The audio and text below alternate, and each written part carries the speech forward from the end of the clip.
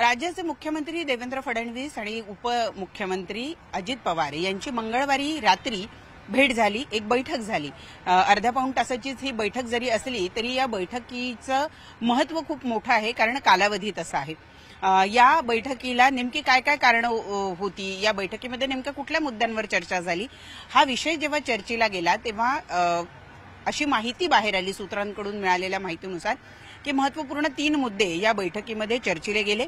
एक तर आता ज्या स्थानिक स्वराज्य संस्थांच्या निवडणुका आहे, या निवडणुकांमध्ये काही ठिकाणी महायुतीमधले 3 जे पक्ष आहेत त्यापैकी 2 पक्षांच्या युती होताना बघायला मिळत आहेत। अशा वेळेला तिसरा पक्ष नाराज होण्याची शक्यता आहे। काही ठिकाणी भाजपची शिवसेनेबरोबर तर काही राष्ट्रवादीबरोबर युती होती आहे। अशा ठिकाणी ज्या ठिकाणी तिसरा पक्ष नाहीये, महायुतीतला तिसरा जो घटक महत्वाचा पक्ष आहे तो जर ज्या ठिकाणी नसेल त्या ठिकाणी एकमेकांवर आरोप प्रत्यारोप करताना ते सांभाळून केले गेले पाहिजे। एकमेकांचे कार्यकर्ते दुखावले फारसे गेले नाही पाहिजे, असं एक मत या बैठकीमध्ये झाल्याचं कळतं आहे। भाजपचे नेते या नात्यानं देवेंद्र फडणवीस आणि राष्ट्रवादीचे राष्ट्रीय अध्यक्ष या नात्यानं अजित पवार यांच्यामध्ये या गोष्टींवर एकमत झालं की एकमेकांवर आरोप प्रत्यारोप करत असताना भान ठेवलं गेलं पाहिजे। अपप्रचाराची किंवा एकमेकांवर टीका करण्याची पातळी ही खालावता कामा नये, अशा पद्धतीचं एकमत झाल्याचं कळतंय।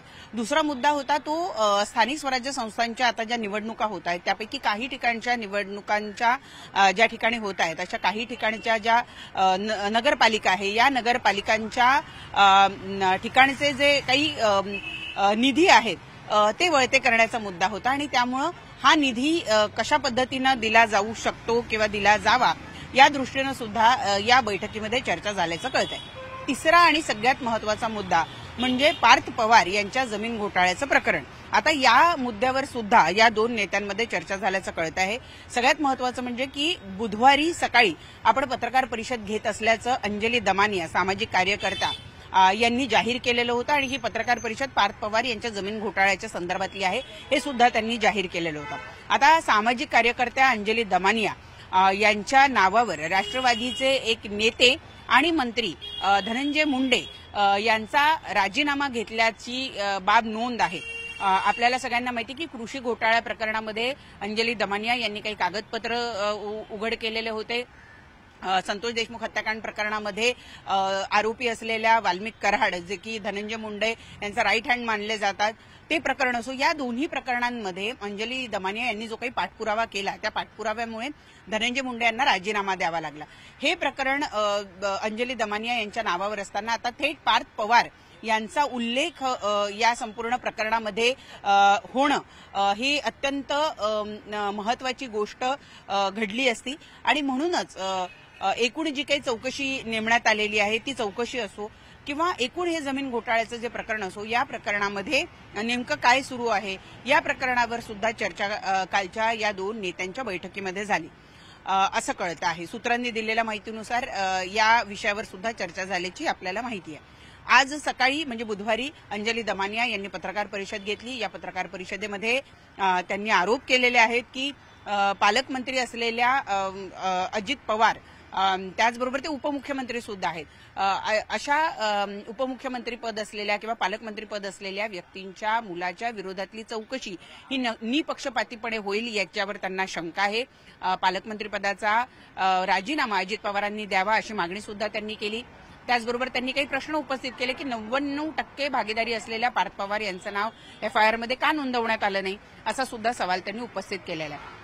काही महत्वपूर्ण मुद्दे त्यांच्या वतीने उपस्थित करण्यात आले ज्याच्यावर राष्ट्रवादीचे प्रवक्ते सूरज चव्हाण यांनी आपली प्रतिक्रिया दिलेली आहे। अंजली दमानिया या कोणाच्या तरी सांगण्यावरून कोणाचे राष्ट्रवादी पक्षाचे बदनामी करण्यासाठी म्हणून खास परदेशातून येऊन पत्रकार परिषद घेतात असं त्यांनी म्हटलेलं आहे।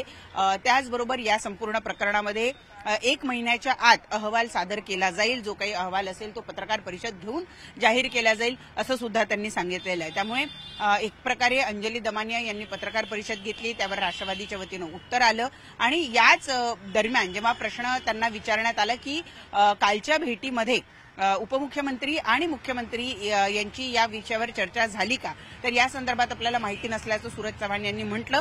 आणि त्याचबरोबर जर आपण बघितलं तर आत्ता स्थानिक स्वराज्य संस्थांच्या निवडणुकीची रणधुमाळी सुरू आहे. अशा रणधुमाळीमध्ये काही ठिकाणी भाजप विरुद्ध राष्ट्रवादी, भाजप विरुद्ध शिवसेना असा सुद्धा सामना काही ठिकाणी होताना आपल्याला दिसतोय. त्यामुळे ही सगळी प्रकरणं किंवा हे सगळे मुद्दे या निवडणुकीच्या निमित्तानं पुढे येत आहेत. एकदा निवडणूक संपली की हे मुद्दे सुद्धा रसातळाला जातील असं सांगितलं जात आहे किंवा अशी चर्चा आहे राजकीय वर्तुळामध्ये.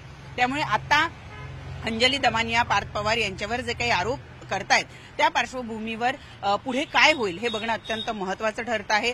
अंजली दमानिया यांनी धनंजय मुंडे यांचा पाठपुरावा जसा केला तसाच पाठपुरावा त्या पार्थ पवार यांचा करतात का हे सुद्धा बघणं महत्वाचं ठरणार आहे. एकूणच मुख्यमंत्री आणि उपमुख्यमंत्री यांची भेट ही स्थानिक स्वराज्य संस्थांच्या निवडणुकीच्या पार्श्वभूमीवर जितकी महत्वाची होती तितकीच पार्थ पवार यांच्या जमीन घोटाळ्याच्या चौकशी प्रकरणात सुद्धा महत्वाची मानली जाते.